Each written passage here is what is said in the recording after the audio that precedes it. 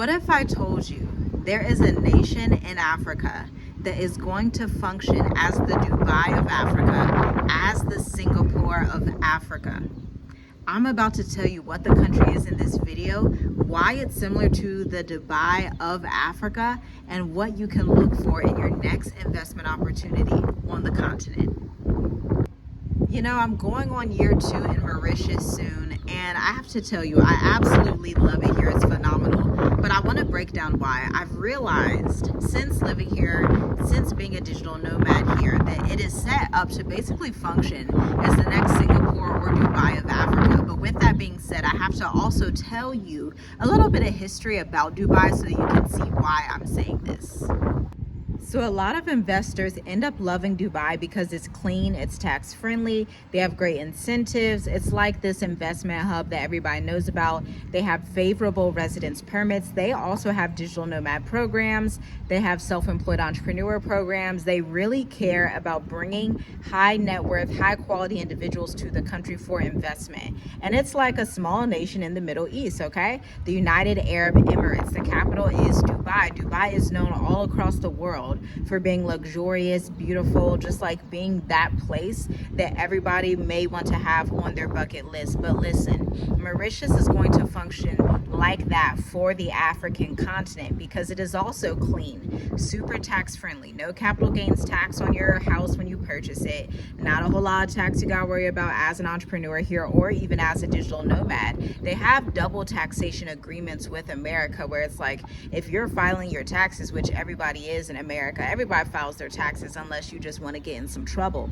But most people file their taxes. And so you're not going to have that double taxation where they're taxing you again in Mauritius. This is what makes Dubai super luxurious and as a destination that investors from all across the world want to go to.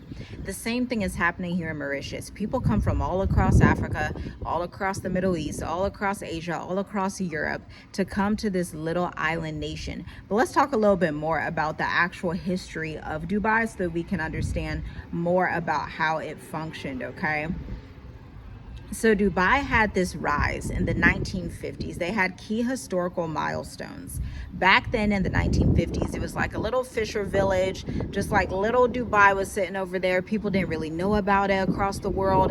And think back in the 50s, there were a lot of things happening in the world. It was like 20 years or maybe even 10 years, about 10 years after World War II, maybe even just 5 to 10 years after World War II. So back on the American front, people were very patriotic. Europe was kind of in shambles. The Middle East, you know, it's not known a lot what they were doing, or at least in my schooling, I didn't learn a lot about what the Middle East was doing at that time.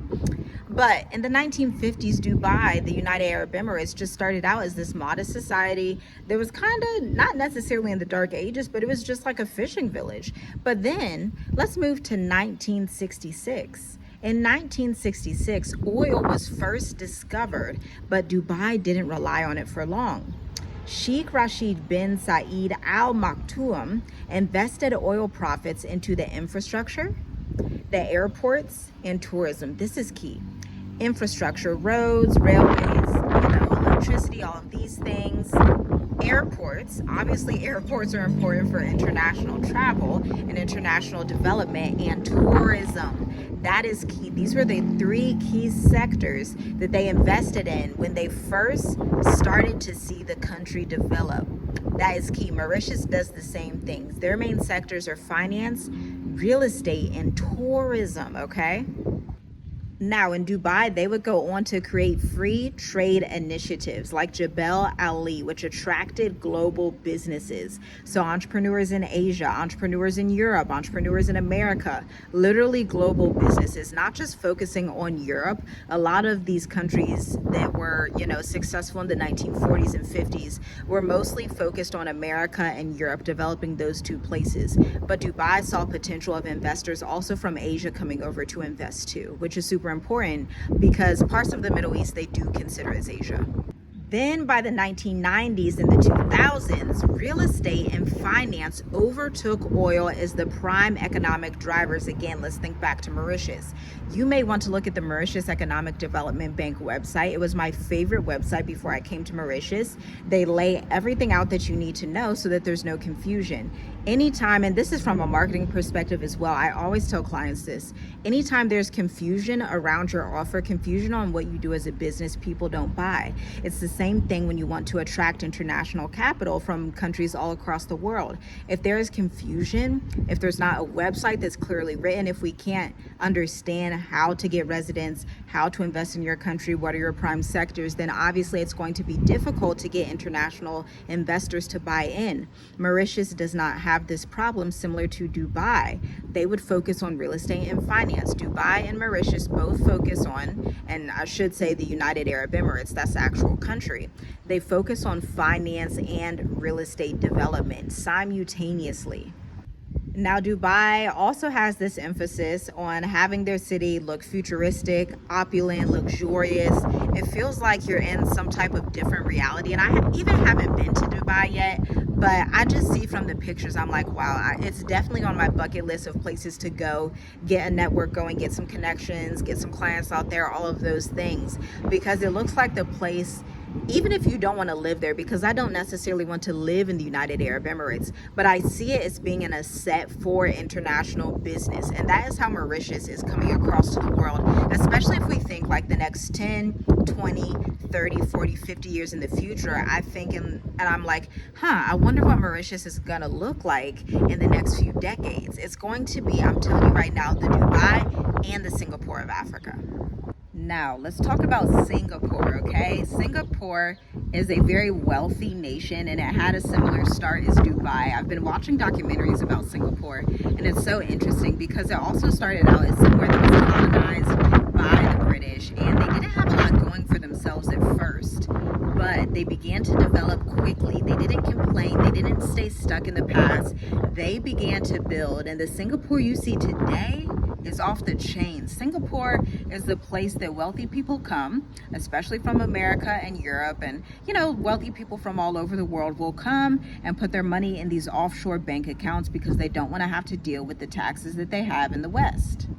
It's worth noting that Singapore got its independence in 1965. They had no natural resources, okay? None at all. They had hostile neighbors, meaning they did not have functional relationships with the neighbors that they do have. And so for Singapore to completely turn this around is like, it's just fantastic. It's almost a miracle.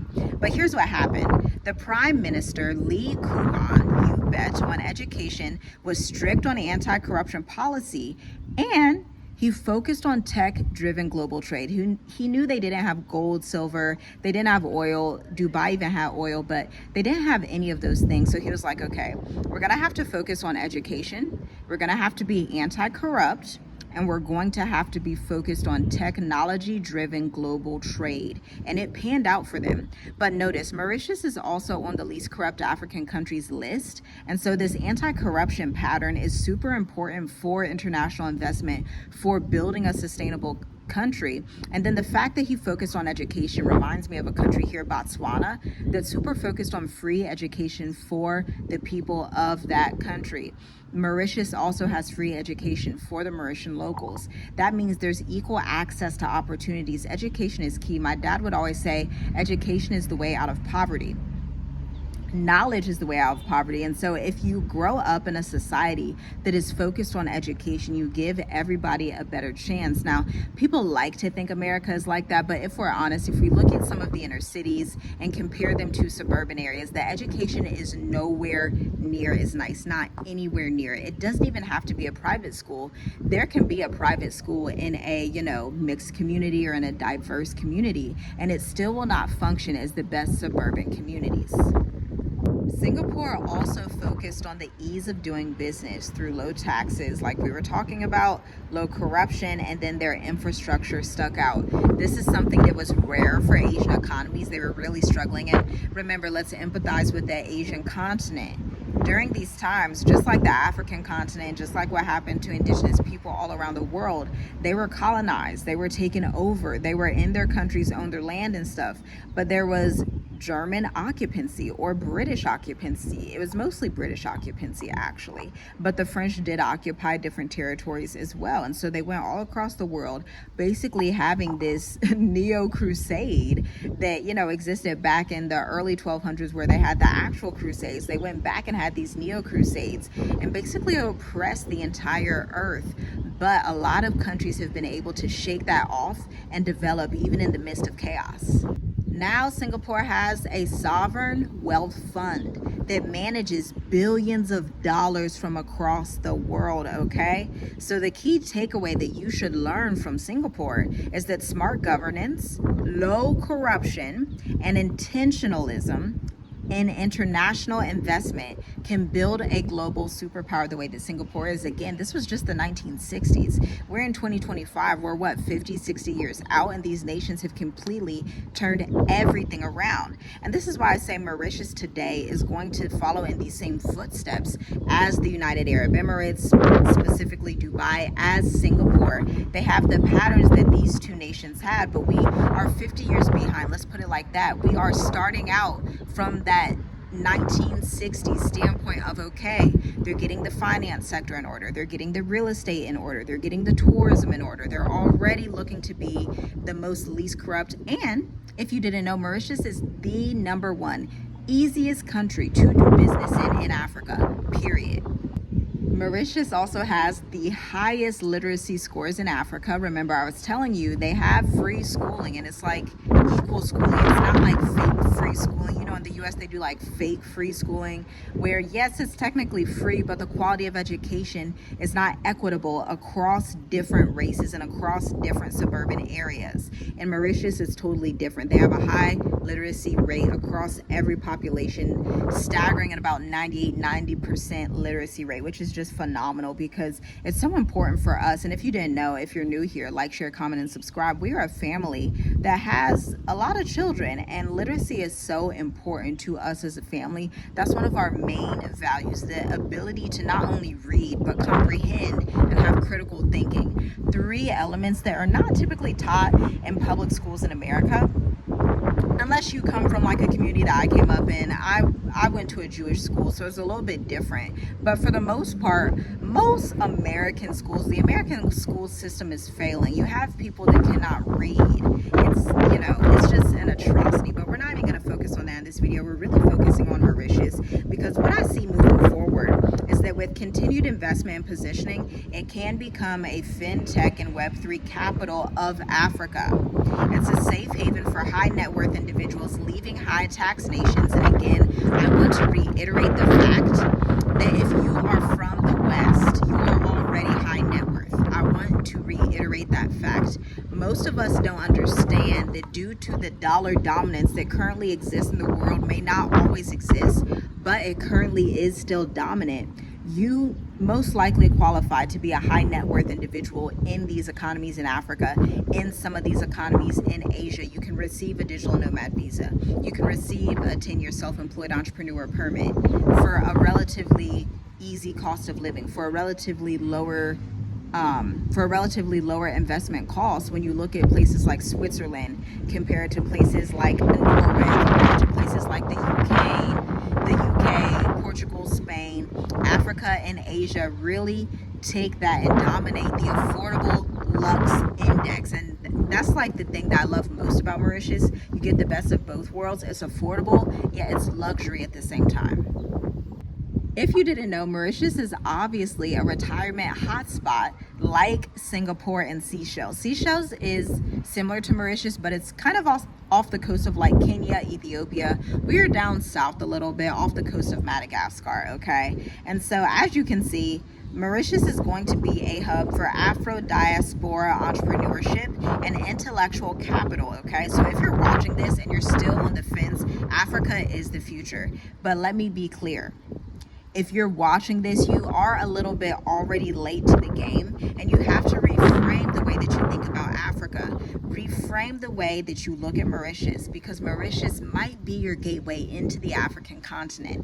It's a little known gateway that's mostly kept secret in certain communities. But listen, our cousins, the Nigerians, the South Africans, Cameroonians, Congolese, who else have we met here? Even Kenyans and Tanzanians, Ethiopians, they know about Mauritius, and a lot of them will come here, live here, study here, work here, invest here, and they are living their best lives. I think we as the African diaspora, especially those of us who are high value, high net worth, high skill sets, we can come out here and also contribute and live our best life, put our money into the banking system here, and really start to build a united Africa, a beautiful Africa, the Africa we want to see, and Mauritius can definitely assist in leading the way. Let me know your biggest takeaway from this video. Let me know your questions down below, and I'll see you in the next video. Shalom, shalom. Like, share, comment, and subscribe. Try to share this with 3 people who could use this information. I'll talk to you next time.